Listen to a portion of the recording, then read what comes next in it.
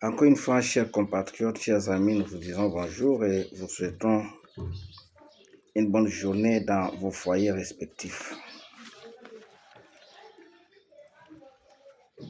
Nous revenons encore avec quelques détails sur notre sujet de la fois passée qui portait sur les immunités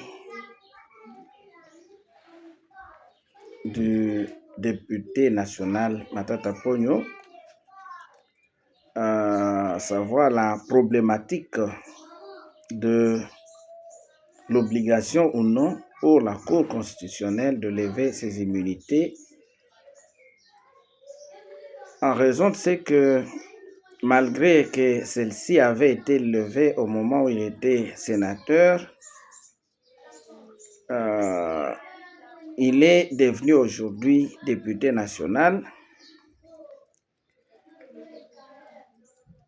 La question donc de savoir si sa qualité actuelle de député national impose qu'à nouveau on puisse, que le procureur général puisse solliciter la levée de ses immunités alors que la procédure est déjà en cours, l'instance pénale est déjà en cours devant la Cour constitutionnelle. Je vous avais à l'époque parlé, n'est-ce pas, du contenu de l'article 107 de notre Constitution en le mettant en rapport avec celui ou ceux 75 et 77 de la loi organique relative à la procédure devant la Cour de cassation. Je vais apporter aujourd'hui une petite précision en mettant cette disposition en rapport avec celle de l'article 59 du Code, non plutôt de la Constitution belge.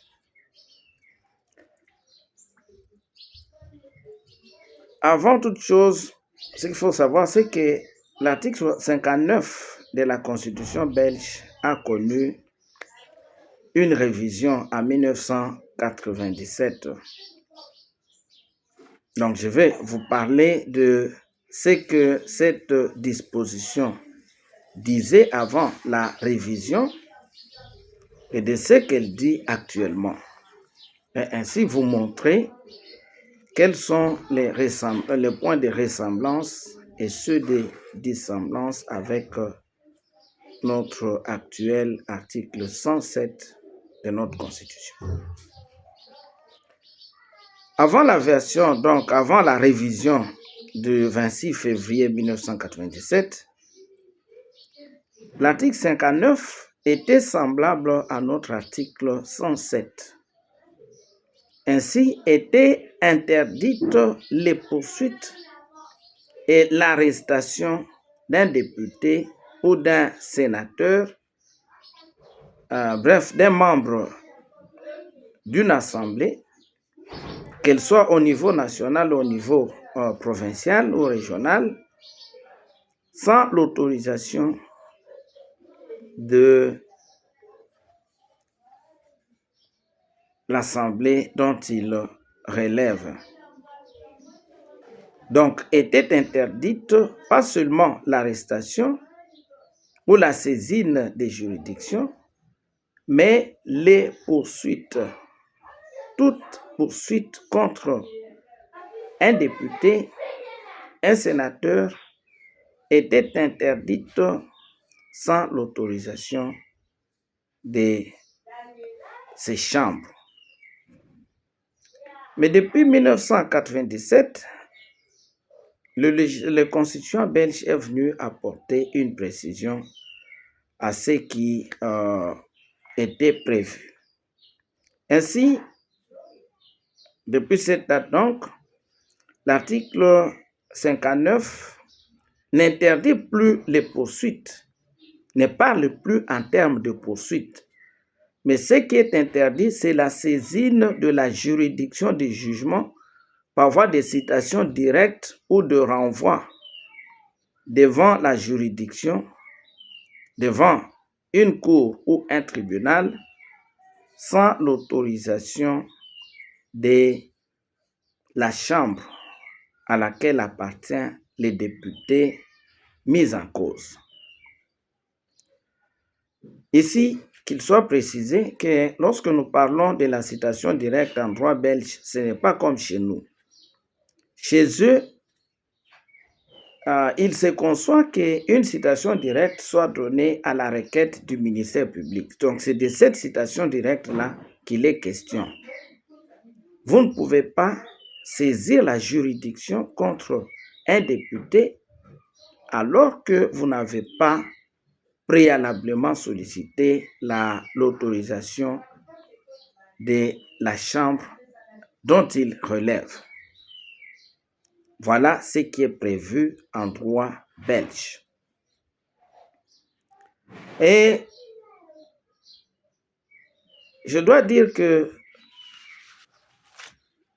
la jurisprudence belge a eu à se prononcer sur cette question. Dans une affaire célèbre, c'était en 2006, et de quoi était-il question? Il était question d'un monsieur qui, en 2002, plus précisément le 12 novembre 2002, alors qu'il était membre de la Chambre des représentants, avait été cité devant le tribunal correctionnel, devant lequel donc il était en train de comparaître. Et lors de cette citation, ou préalablement à cette citation, la Chambre des représentants avait levé ses immunités, ce qui avait permis donc au ministère public de saisir la juridiction des jugements. Mais voici que, arrivé au 13 juin 2004, alors que l'affaire s'est trouvée déjà en appel, l'intéressé est élu membre du Conseil de la région de Bruxelles, capitale, ce qui est une assemblée dont les membres jouissent également des mêmes immunités prévues par l'article 59, et cela en vertu de l'article 120 de la Constitution belge, et aussi du Parlement de la communauté française. Donc, il a doublement la qualité de député. Alors, il a soulevé une exception tendant à voir la juridiction respecter son inviolabilité, c'est-à-dire ses immunités, en qualité, cette fois-ci, n'est-ce pas, de membre de ces deux parlements. Et cela en dépit de ce que la Chambre des représentants, à laquelle il appartenait au moment du début des poursuites, avait eu à lever ses immunités. Donc, il avait posé le même problème que celui qu'est en train de poser actuellement l'honorable Matata Ponyo. Il a été débouté et condamné, bien sûr, et il est allé en cassation. En cassation, il a soulevé le moyen tendant à voir, n'est-ce pas, la Cour infirmer les jugements ou l'arrêt entrepris, parce que c'était un arrêt de la Cour d'appel, au motif que la Cour aurait dû déclarer l'irrecevabilité de l'action en vertu de ses immunités. Voici maintenant, je vais lire un peu ce que fut la réponse de la Cour de cassation. Comme je l'ai dit, nous sommes le 4 octobre 2006. Voici ce que la Cour dit. Le demandeur fait grief à l'arrêt attaqué de ne pas avoir déclaré irrecevable l'action publique exercée à sa charge du chef de l'infraction à la loi du 30 juillet 1981 tendant à réprimer certains actes inspirés par le racisme ou la xénophobie. il expose qu'ayant été élu le 13 juin 2004 au Conseil de la région de Bruxelles-Capitale ainsi qu'au Parlement de la communauté française, il bénéficie des immunités prévues aux articles 58, 59 et 120 de la Constitution, de sorte qu'en le condamnant sans que les poursuites aient été autorisées par ces deux assemblées, les juges d'appel ont violé les dispositions précitées. Voilà le moyen. La motivation et la réponse donc de la Cour maintenant. L'article 58 de la Constitution qui concerne l'irresponsabilité parlementaire et non l'inviolabilité est étranger à la question soulevée par le moyen. Celui-ci manque dès lors en droit en tant qu'il est pris de la violation du dit article. Donc, il n'était pas question de l'irresponsabilité. Par conséquent, il ne pouvait pas se prévaloir de la violation de l'article 58 parce que celui-ci ne parle que de l'irresponsabilité. C'est dont il n'était pas question dans le cas d'espèce. Dans sa version maintenant, la Cour examine le cas de l'article 59. Dans sa version antérieure à sa révision du 26 février 1997, l'article 59 de la Constitution prohibait la poursuite ou l'arrestation des membres de l'une ou de l'autre chambre pendant la durée de la session, sans l'autorisation de l'Assemblée concernée.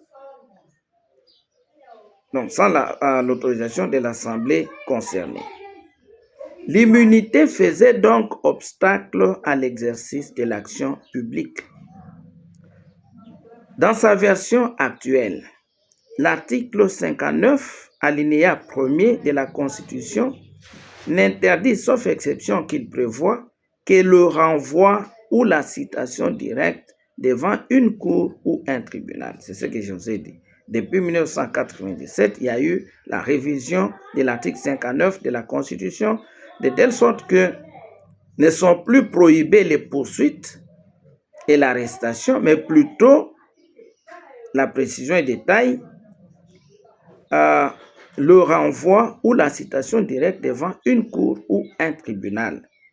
C'est donc la mise en mouvement de l'action publique devant la juridiction des jugements selon un des deux modes précités et non la continuation de l'instance déjà engagée qui est soumise à l'autorisation prescrite.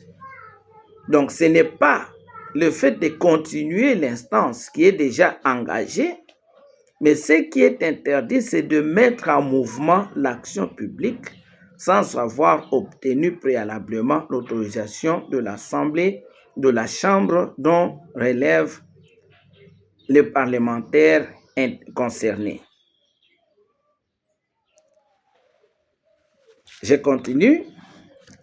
Certes, l'autorisation donnée par un Parlement ne saurait faire disparaître l'inviolabilité acquise ensuite de l'élection ultérieure dans un autre Parlement.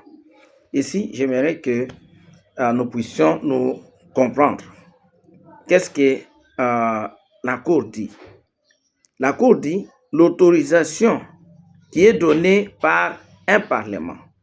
Comme dans ce cas ici, l'intéressé, nous avons dit, il était membre de la Chambre des représentants au moment du début des poursuites. L'autorisation donc donnée par cette chambre-là ne saurait faire disparaître l'inviolabilité acquise ensuite, donc après, de l'élection ultérieure dans un autre Parlement. Donc, par le fait que l'intéressé était élu membre des deux autres parlements, l'autorisation qui était donnée en son temps par la Chambre des représentants ne fait pas disparaître aussi les immunités qu'il vient d'acquérir. Parce que ces immunités, il les a acquises par le fait de son élection en cours d'instance à une autre ou à deux autres chambres. Donc, cette autorisation-là ne fait pas disparaître l'inviolabilité ou les immunités qu'il a acquises maintenant. Là, nous sommes tout à fait d'accord. Et si nous pouvons aller dans le cas qui nous concerne, l'autorisation qui avait été donnée par le Sénat ne saurait pas faire disparaître l'inviolabilité ou les immunités acquises par l'honorable Matata Ponyo du fait de son élection ultérieure, de son élection en cours d'instance maintenant. C'est pour autant dire que l'honorable Matata Ponyo, comme il est là, il est revêtu des immunités du fait de son élection comme membre de l'Assemblée nationale. L'autorisation qui avait été donnée en son temps, là, n'ayant pas fait disparaître ces immunités-là. C'est tout à fait clair. Mais, il y a un mais.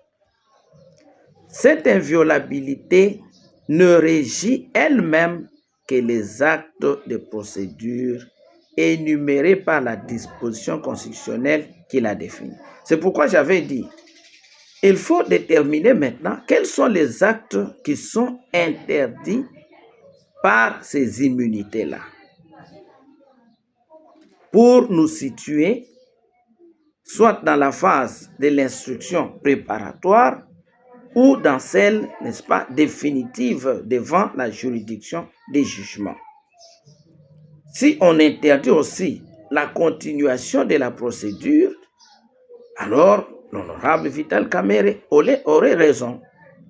Mais si ce n'est pas ça, si c'est seulement la saisine de la juridiction, il n'aurait pas raison. Je crois que c'est tout à fait clair. Mais cette inviolabilité ne régit elle-même que les actes de procédure énumérés par la disposition constitutionnelle qui l'a définie. Il ressort des pièces de la procédure et des constatations de l'arrêt que le demandeur qui était à l'époque membre de la Chambre des représentants n'a été cité directement devant le tribunal correctionnel le 12 novembre 2002 qu'après que la Chambre ait autorisé le ministère public à cette fin. Ça, je l'avais dit. Pour commencer la procédure, on avait sollicité l'autorisation de la Chambre des représentants à laquelle appartenaient les députés belges en question. Il ressort également de la procédure qu'après son élection en cours d'instance au sein des assemblées visées par l'actuel article 120 de la Constitution, le demandeur n'a plus fait l'objet d'un des actes de saisine soumis par l'article 59, alinéa 1er précité au régime de l'autorisation préalable. Donc, depuis qu'il a été élu, il n'a plus fait l'objet des actes de saisine de la juridiction, à savoir le renvoi devant la juridiction ou la citation directe devant la juridiction. La Cour constate que depuis son élection en cour d'instance, il n'a plus fait l'objet de l'un de ces deux actes-là. Et les seuls qui sont soumis au régime de l'autorisation. Les parlements de communautés et de régions au sein desquels le demandeur fut élu n'avaient pas à autoriser la saisine de la juridiction des jugements, puisque l'action publique avait été régulièrement portée devant elle avant qu'il ne devienne membre de ces deux assemblées. Donc, il ne se posait plus de problème de la sollicitation de l'autorisation de l'attraire devant la juridiction, parce qu'au moment de son élection, ces formalités avaient déjà été faites. Il n'était plus question de saisir à nouveau la juridiction. Et c'est ce que le Parlement, la Cour de cassation belge est en train de dire ici. Il n'a plus fait l'objet de ces deux actes-là qui sont soumis à l'autorisation, n'est-ce pas, préalable de la Chambre ou des chambres dont il était membre. Et ces chambres, donc, n'avaient pas à autoriser le procureur général de saisir la juridiction parce qu'au moment où il en est devenu membre, il n'était plus question de saisir la juridiction. La procédure était en cours. Les parlements susdits n'avaient pas d'avantage à autoriser la poursuite des débats, la mise en délibéré, les jugements de la cause ou l'exercice des voies de recours, puisque l'article 59 ne vise aucun de ces actes. Il est élu membre des deux chambres pendant que la procédure est en cours devant la chambre, devant la juridiction des jugements. Et quand une fois la juridiction des jugements est saisie, le ministère public est dessaisi. Il est dessaisi. La juridiction des jugements n'a plus d'autre choix, d'autre travail que d'instruire l'affaire, cours de débat, de prendre l'affaire en délibéré lorsqu'elle s'estime suffisamment éclairée et de rendre la décision, le jugement. Et ces actes-là qui s'accomplissent devant la juridiction des jugements ne sont pas concernés par la nécessité de l'autorisation préalable. Pourquoi il dit, c'est pourquoi la Cour de cassation dit que le Parlement en question n'avait pas à autoriser, parce qu'elle n'avait pas à autoriser l'ouverture de l'action, laquelle avait eu lieu avant qu'il en devienne membre. Elle n'avait pas d'avantage à autoriser la poursuite ou la continuation de l'affaire devant la chambre, devant plutôt la juridiction des jugements, puisque l'action publique avait été régulièrement portée devant elle, devant la juridiction, avant qu'il ne devienne membre de ces deux assemblées. Et parce que la continuation ne figure pas, ou les actes qui sont posés par la juridiction des jugements ne figurent pas parmi les actes qui sont énumérés par la disposition constitutionnelle instituant cette obligation de l'autorisation préalable. Les juges d'appel ont partant légalement rejeté l'exception d'inviolabilité de l'action publique soulevée par le demandeur. Le moyen ne peut dès lors être accueilli. Voilà ce que la Cour de cassation belge a dit. Et la lumière est ainsi faite. Revenons maintenant en droit congolais. Qu'est-ce qui est soumis en droit congolais à l'obligation de l'autorisation préalable de la Chambre lorsqu'il est question de poursuivre un parlementaire? L'article 107 de la Constitution parle de poursuite et d'arrestation ou de la détention. Je crois que le terme poursuite, c'est celui qui a induit beaucoup de gens en erreur parce que c'est un terme qui est générique, qui est général, qui a une portée générale. Lorsqu'on parle de poursuite, ce n'est pas seulement, les poursuites n'existent pas que dans la phase préparatoire du procès pénal. Là, je dois le reconnaître. Lorsque la personne est poursuivie devant la juridiction, on parle également des poursuites. Je suis à mesure de vous trouver beaucoup de dispositions légales qui vous montrent réellement que lorsque on est devant la juridiction des jugements, on parle également de poursuites. Mais ne nous limitons pas là. Parce que vous ne pouvez pas parler d'une chose sans aller au fond de la procédure qui est organisée. La question, lorsque l'honorable Vital Kamerhe demande qu'on puisse reprendre encore la procédure de l'autorisation, c'est celle de savoir comment concrètement on va le faire. Nous sommes déjà devant la juridiction et lui demande qu'on lui écrive. Qui va lui écrire? Est-ce que c'est la juridiction qui va lui écrire alors que l'affaire est déjà prise en délibéré même? Ou bien c'est le procureur général? La juridiction, il n'y a aucune disposition, n'est-ce pas, légale ou constitutionnelle ou légale qui soumet la juridiction à cette obligation-là. Il n'y a que le ministère public qui peut le faire. Or, nous avons déjà dit qu'en fixant l'affaire déjà devant la juridiction, le ministère public est dessaisi.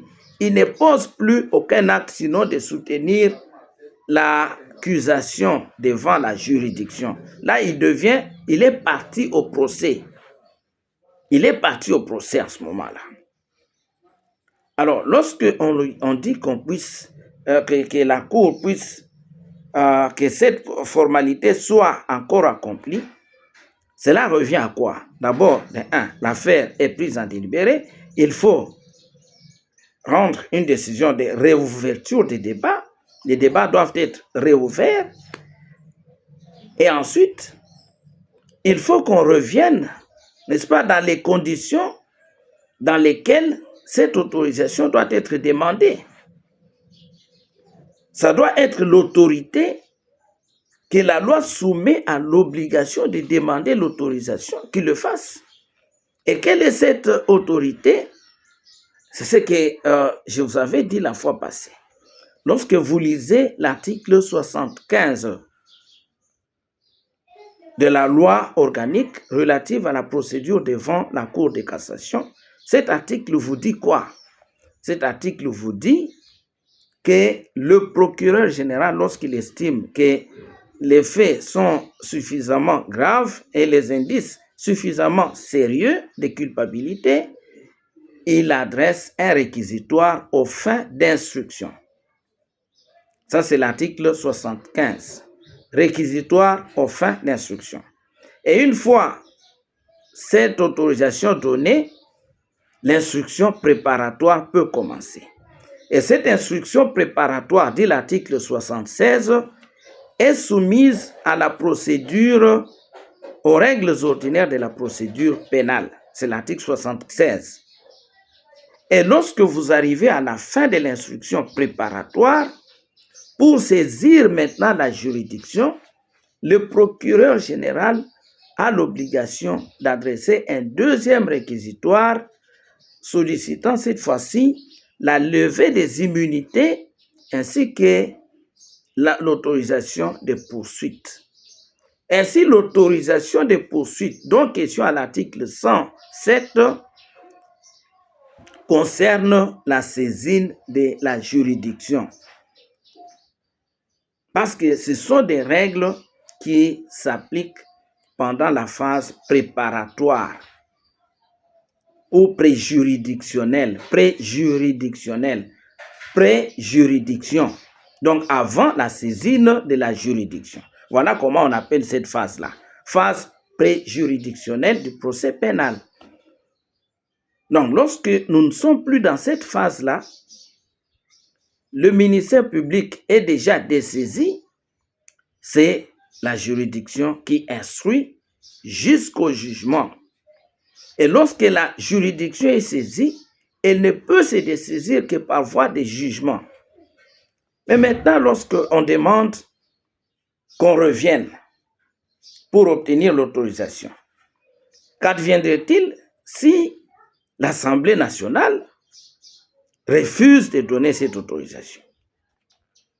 Quelle sera l'issue de l'affaire dont la Cour est déjà saisie, la Cour constitutionnelle?